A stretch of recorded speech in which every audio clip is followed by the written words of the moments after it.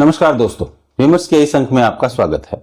आज का विश्लेषण शुरू करने से पहले मैं आपको एक तस्वीर दिखाना चाहता हूं। जरा ध्यान से देखिए इन्हें पहचानते हैं? जी हां, ये वही अरविंद केजरीवाल है जिनके सपने में इनकी नानी आती थी और कहती थी कि अयोध्या में अगर बाबरी मस्जिद की जगह राम मंदिर बना तो वो स्वर्ग में बैठी बहुत तकलीफ पाएंगी। आज वही केजरीवाल अयोध्या जाकर रामलला के दर्शन करते हैं, माथे पर त्रिकोण लगाते हैं और अब पंजाब के 22 जिलों में एक शाम शिव के नाम कार्यक्रम शुरू कर रहे हैं। सवाल यह है कि क्या यह सिर्फ आस्था का विषय है या फिर इसके पीछे कोई बड़ा राजनीतिक संदेश भी छिपा है? आइए अब पंजाब की राजनीतिक बिसात बिछाते हैं। अगर 6 महीने पहले के पंजाब और आज के पंजाब की तुलना करें तो तस्वीर पूरी तरह बदलती हुई दिखाई देती है। मेरे आकलन में अकाली दल पहले जैसी स्थिति में नहीं है। वहीं अकाल तख्त और मुख्यमंत्री भगवंत मान के बीच हुए विवाद के बाद आम आदमी पार्टी की सियासत पर भी असर पड़ा है। मेरे जमीनी आकलन के अनुसार जाट सिख वोटों में आम आदमी पार्टी की पकड़ पहले जैसी मजबूत नहीं रही। इसी दौरान अमृतपाल सिंह के राजनीतिक धड़े ने भी अपनी मौजूदगी मजबूत की है। अगर मौजूदा रुझान जारी रहे तो जट सिख वोटों का बड़ा हिस्सा उसी धड़े की तरफ जा सकता है। कांग्रेस और अकाली दल भी अपने पारंपरिक वोट बचाने की कोशिश करेंगे, लेकिन फिलहाल बीजेपी और आम आदमी पार्टी को इस वर्ग से बड़ी उम्मीद दिखाई नहीं देती। यहीं से केजरीवाल की नई रणनीति समझ में आती है। जब किसी वर्ग में राजनीतिक पकड़ कमजोर होती है तो हर पार्टी नए सामाजिक समूह में विस्तार की कोशिश करती है। पंजाब में बीजेपी पिछले कुछ वर्षों में हिंदू, शहरी, व्यापारी और युवा मतदाताओं के बीच लगातार अपनी मौजूदगी बढ़ाने का प्रयास कर रही है।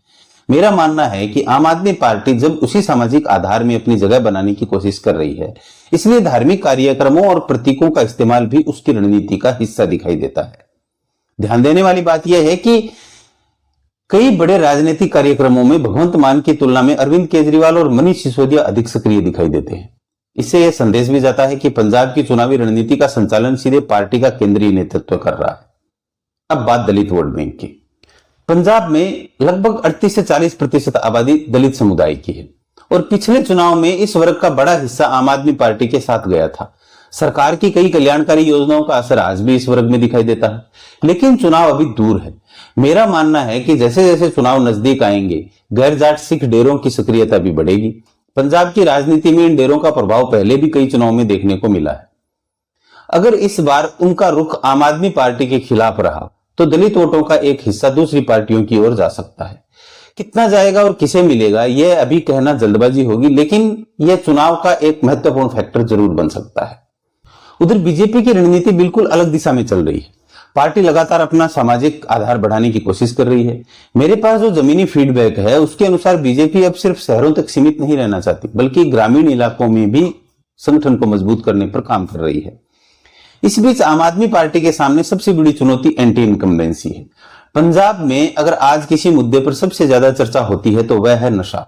विपक्ष लगातार आरोप लगा रहा है कि सरकार इस समस्या पर उम्मीद के मुताबिक परिणाम नहीं दे पाई।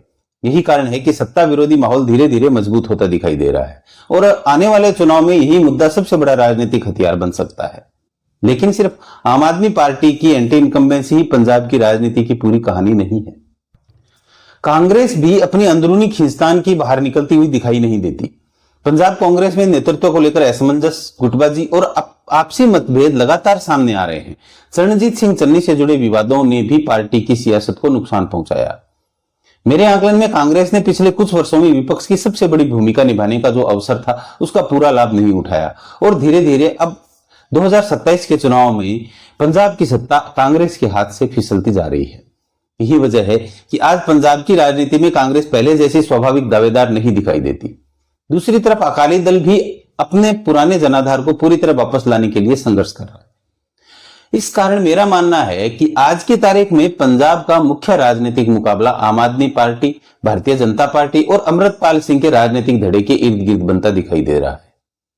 कांग्रेस और अकाली दल अभी भी महत्वपूर्ण खिलाड़ी हैं, लेकिन उन्हें पहले अपनी खोई हुई राजनीतिक जमीन वापस हासिल करनी होगी। अब सवाल उठता है कि आज के हालात में पंजाब की चुनावी तस्वीर आखिर बन कैसी रही है। मेरे आकलन से अगर आज की राजनीतिक स्थिति को देखें तो पंजाब अब सीधे दो दलों का मुकाबला नहीं रह गया है। यह धीरे धीरे बहुकोणीय मुकाबले में बदल चुका है। एक तरफ सत्ता में आम आदमी पार्टी है, दूसरी तरफ भारतीय जनता पार्टी लगातार अपना दल, संगठन और मजबूत वोट बैंक बढ़ाने में लगी है। तीसरी तरफ अमृतपाल सिंह का राजनीतिक धड़ा सिख राजनीति में अपनी अलग अलग जगह बनाने की कोशिश कर रहा है। वहीं कांग्रेस और शिरोमणि अकाली दल अपने पारंपरिक आधार को बचाने की लड़ाई लड़ रहे हैं। यानी पंजाब की राजनीति अब त्रिकोणीय से आगे बढ़कर पंचकोणीय मुकाबले की तरफ जाती दिखाई दे रही है। मेरे राजनीतिक आंकलन में कांग्रेस और अकाली दल दोनों मिलकर भी यदि 18 से 22% के बीच भी वोट शेयर हासिल कर लें तो इससे उनके लिए खराब प्रदर्शन नहीं माना जाएगा, क्योंकि इस बार मुकाबला पहले की तरह सीधा नहीं बल्कि वोट कई दिशाओं में बढ़ता हुआ दिखाई दे रहा है। ऐसे चुनाव में सबसे बड़ा फायदा उस पार्टी को मिलता है जो 30 से 35% वोट शेयर तक पहुंच जाए। पंजाब जैसे बहुकोणीय मुकाबले में इतने वोट शेयर भी सरकार बनाने को मजबूत स्थिति पैदा कर सकता है। यहां से बीजेपी की पूरी रणनीति शुरू होती है। मेरा आकलन है कि बीजेपी का लक्ष्य सिर्फ सीटें बढ़ाना नहीं बल्कि पहले अपना वोट शेयर 30 से 32% तक ले जाना है। अगर पार्टी इस लक्ष्य के आसपास पहुंच जाती है और 35 से 45 सीटों के बीच जीत दर्ज करती है तो यह सरकार बनाने की दौड़ में गंभीर दावेदार बन सकती है। यह कोई एक दिन की रणनीति नहीं है। बीजेपी पिछले कई वर्षों से पंजाब में संगठन, बूथ नेटवर्क, शहरी वोट और नए सामाजिक वर्गों पर लगातार काम कर रही है। अब उनके प्रयासों का असर धीरे धीरे दिखाई देने भी लगा है। बीजेपी का पारंपरिक वोट शेयर लंबे समय तक लगभग 12 से 15% के आसपास रहा, लेकिन मेरे पास जो राजनीतिक फीडबैक है और जमीनी जानकारी है उसके आधार पर मुझे लगता है कि पार्टी का आधार पहले की तुलना में काफी बड़ा है। अगर आज की स्थिति में राजनीतिक अनुमान लगाया जाए तो मेरे आकलन के अनुसार बीजेपी लगभग 30 से 32% वोट शेयर तक पहुंचती हुई दिखाई दे रही है। यह कोई आधिकारिक सर्वे नहीं है बल्कि मौजूदा राजनीतिक घटनाक्रम, संगठनात्मक गतिविधियां और जमीनी फीडबैक पर आधारित मेरा विश्लेषण है। लेकिन राजनीति में एक बात हमेशा याद रखनी चाहिए, चुनाव अभी दूर है। कई नए मुद्दे आएंगे, नए गठबंधन बनेंगे, नए विवाद होंगे और जो वोटरों का मूड भी है बदल सकता है। यही कारण है कि आज का यह आकलन अंतिम परिणाम नहीं बल्कि मौजूदा राजनीतिक तस्वीर को समझने की एक कोशिश है। लेकिन इस पूरी कहानी का सबसे दिलचस्प पहलू अभी बाकी है। आखिर अरविंद केजरीवाल को पंजाब में अचानक त्रिपुंड लगाने की, शिव कार्यक्रम कराने की और धार्मिक प्रतीकों को प्रमुखता देने की जरूरत क्यों महसूस हुई? मेरे हिसाब से इसका जवाब सिर्फ पंजाब में नहीं बल्कि पूरे देश की राजनीति में छिपा है। जरा पिछले कुछ वर्षों की राजनीति को जोड़कर देखिए। उत्तर प्रदेश में समाजवादी पार्टी भी धार्मिक संतों और मंदिरों के मुद्दों पर पहले की तुलना में अधिक सक्रिय दिखाई देती है।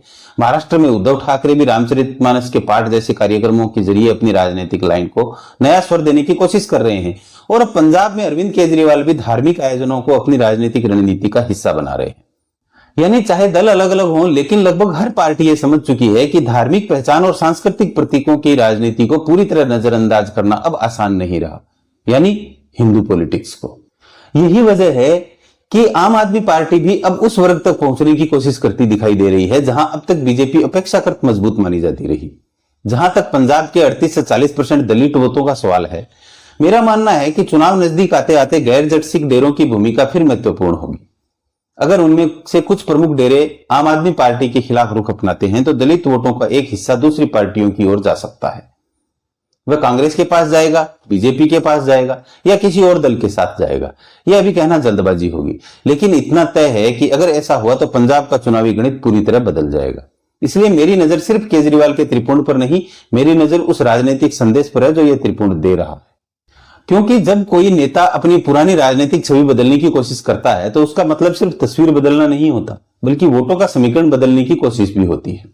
अब देखना यह होगा कि पंजाब की जनता इस रणनीति को स्वीकार करती है या नहीं। क्या आम आदमी पार्टी अपने पारंपरिक वोट बैंक को बचाते हुए हिंदू वोटों में भी सेंध लगा पाएगी? क्या बीजेपी अपने विस्तार को वोट और सीटों में बदल पाएगी? क्या अमृतपाल सिंह का राजनीतिक प्रभाव चुनाव तक कायम रहेगा?